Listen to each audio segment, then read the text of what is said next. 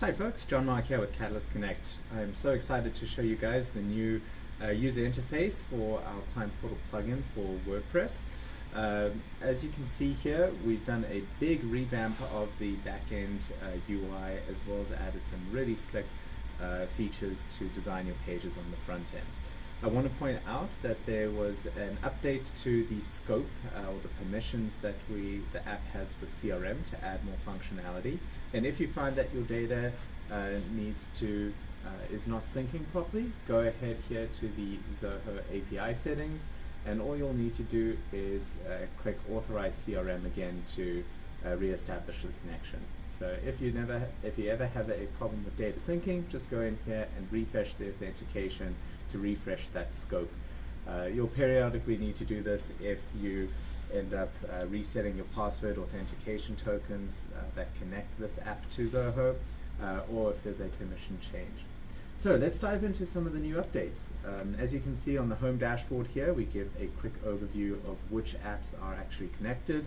We have a summary of the API calls like normal, but a new graph that's going to show you your average API usage by month. This is going to help you better plan for what licensing you need.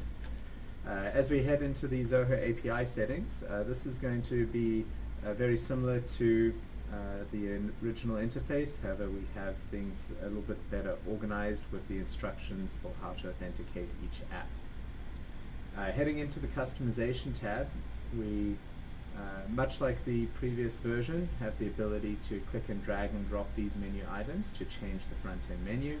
You can toggle your modules on and off as usual, and then adjust your web tabs. Some of the changes really get started here on individual modules. If we head into the module customization, you can see that we've separated the settings from the layout.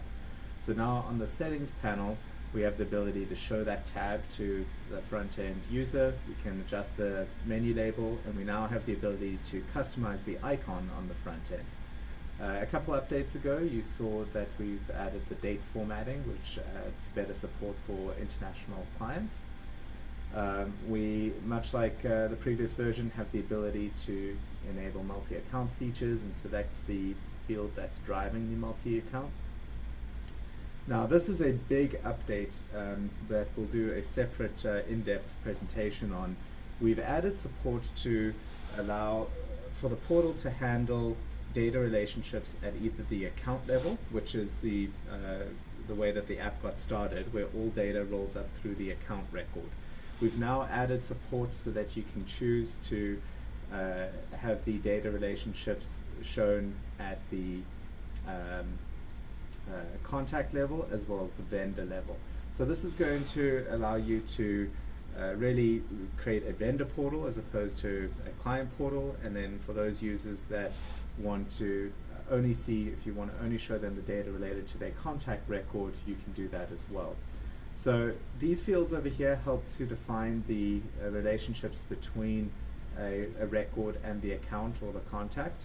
And then when you invite a user to the portal, you'll see here that within a particular record, if we go to the details of that record, you're going to be able to choose whether that role is account-based, contact-based, or vendor-based, meaning that the user who logs in will be able to see all data that's rolled up through the account, their contact, or the vendor record.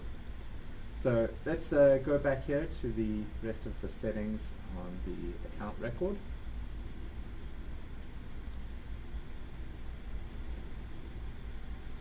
So the data view options, we'll do a separate video on this, how you can customize the UI. Again, this is going to reflect what data they see and how they see it.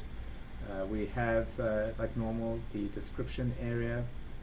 We have the permission section, whether they can view, add, edit, delete, and then we have some really cool features now for some gallery sliders.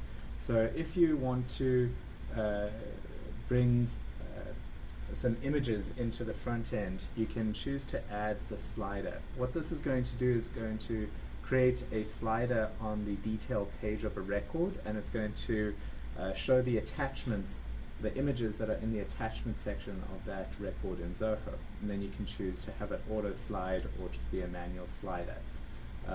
I'll show you on the front end what that looks like in a second. And then we can have the ability to filter by date. Another big update here is that we have a different way to view the records. You can choose to show all the records in list view, or now put it in a gallery view, and then obviously customize the fields that are in that view. And then we have some more filtering options, as well as the ability to have a universal search, and you can choose which fields are enabled for a search on that particular module. So it won't just search through the name of the record, but you can choose some of the metadata on that record as well. Let's go over to the layout. You'll see that this is improved now. We have the ability to have our different sections like normal, 1 or 2 column, and we now have the ability to add custom elements. This is going to be really nice for creating more dynamic pages. You can go ahead and insert banner images, text blocks, videos, iframes, or quick links within the detail record of the page. So this is going to be really helpful for really explaining the content on the page a little bit better, making it a bit more dynamic with images and embedded videos, and almost turning the plugin itself into a mini website that's powered by Zoho data. So as you add a new element, it's going to come through here as a staging, and then you can go ahead and move it into the section that you would like. The other big update when it comes to the different content elements is on this customization tab. You'll see we have a dashboard content. We've moved the dashboard builder over here to the main customization tab, and this is where you'll be able to add your elements, have draft versions. You can have a lot more flexibility in terms of the what spacing you have, so full width, half width, all the way down to a quarter, and have a little bit more flexibility in how the dashboard elements show up on the front end. Heading into our user management, we've improved the menu navigation as we've added options here, so you can see your user list here, who's verified or not. When we go down to the permissions, we've added the ability to add reCAPTCHA to the signups, so that can improve the security in unauthorized signups. You'll just need to get your reCAPTCHA site key and secret key through your reCAPTCHA account through Google.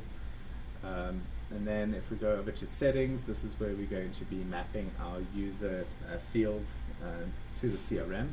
You've got to remember to install the extension in the CRM before you start to configure all of these settings. And then none of these settings have really changed too much. We've just reorganized them to make it a bit more intuitive with password security, the ability to show the WordPress toolbar, etc. Heading over to our design settings, we have our different theme options here. So these 5 themes have been available now for a few weeks. We have the default colors for each theme, the ability to choose a left-hand or top navigation style. On the appearance side, we have custom CSS and JavaScript. We also have the ability to fine-tune all of the colors as well. And then, of course, the email notification for the got password. You can customize this content as well. Not too many changes on the e-commerce side. Again, just a better user interface for configuring all of the settings. A big update that we pushed a little while ago was an improved payment gateway checkout process. So you can now check out through Zoho's payment gateway, or you can do it directly through Stripe, which improves some of the user interface and continuity. On the info tab here, we have more detailed instructions. Of course, throughout the app, you're going to have little instructions tabs, which are going to take you to the support.catalystconnect.com domain to get further instruction on all of the settings. You'll also be able to reference our release notes through here, in addition to the emails, or check on any errors that may show up in the error log. Thanks so much for using the Unified Client Portal plugin for WordPress for your Zoho ecosystem. We look forward to helping to support you, and please don't hesitate to reach out to us if there's anything that we can help configure for you. Thanks a lot. Cheers.